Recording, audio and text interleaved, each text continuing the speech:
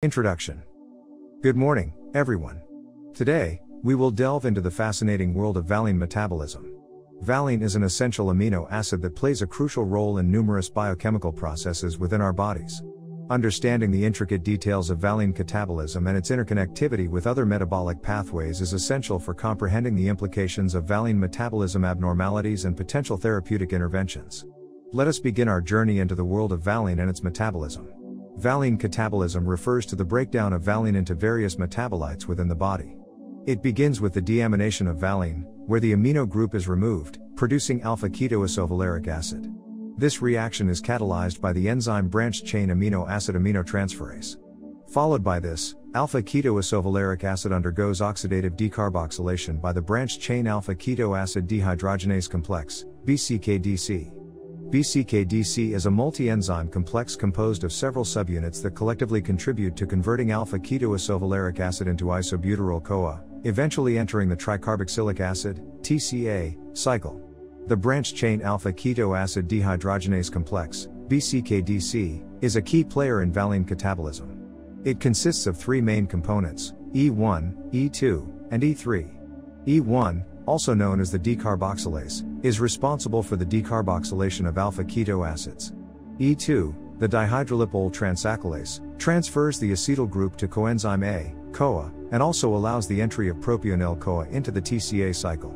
E3, the dihydrolipoamide dehydrogenase, regenerates the oxidized form of lipomide, an essential cofactor of the BCKDC. To maintain proper metabolic homeostasis, valine metabolism is regulated through feedback inhibition. Accumulation of downstream metabolites, such as isobutyryl-CoA or propionyl-CoA, allosterically inhibits the BCKDC, reducing valine catabolism.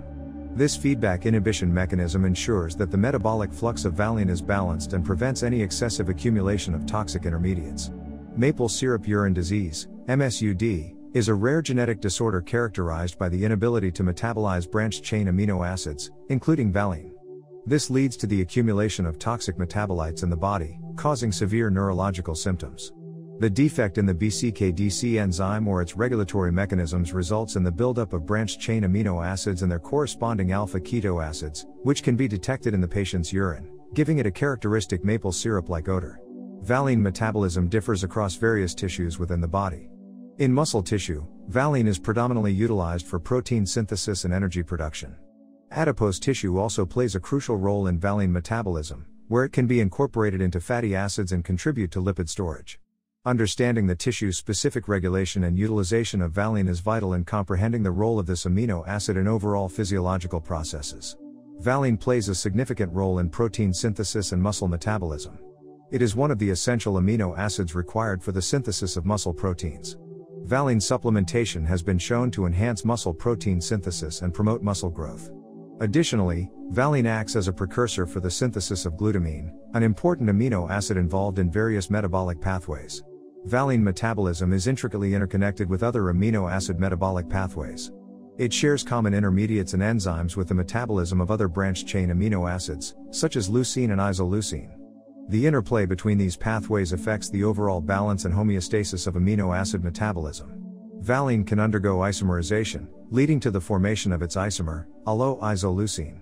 This isomerization reaction is catalyzed by the enzyme methylmalonate semialdehyde dehydrogenase. The presence of allo-isoleucine can indicate certain inborn errors of metabolism, such as methylmalonic acidemia, where the valine isomer is accumulated due to a deficiency in the enzyme catalyzing its conversion back to valine. Valine metabolism also plays a role in maintaining glucose homeostasis. During prolonged fasting or starvation, valine can be converted into glucose through a process called gluconeogenesis. This process provides a vital energy source for the body when glucose availability is limited. Altered valine metabolism has been implicated in lipid storage disorders. Excessive valine intake or impaired valine catabolism can lead to dysregulated lipid metabolism and the accumulation of lipids in various tissues. This can contribute to the development of conditions such as non-alcoholic fatty liver disease and obesity. The cellular uptake and efflux of valine are carefully regulated processes. Valine is transported into cells through specific transporters, such as the amino acid transporter system L. Once inside the cell, valine's fate is determined by the metabolic demands of the tissue. Valine efflux is also tightly regulated to maintain intracellular valine concentration within physiological ranges. Understanding the complexities of valine metabolism opens avenues for therapeutic interventions.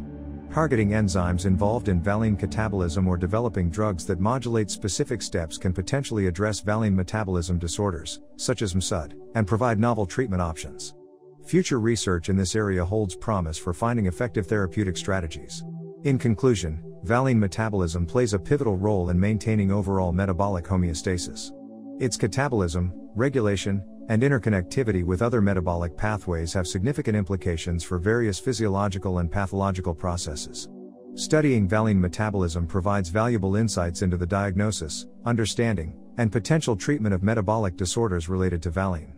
The comprehensive knowledge gained from the collective understanding of valine metabolism paves the way for potential therapeutic avenues in the future. Thank you all for your attention, and I hope you found today's lecture enlightening.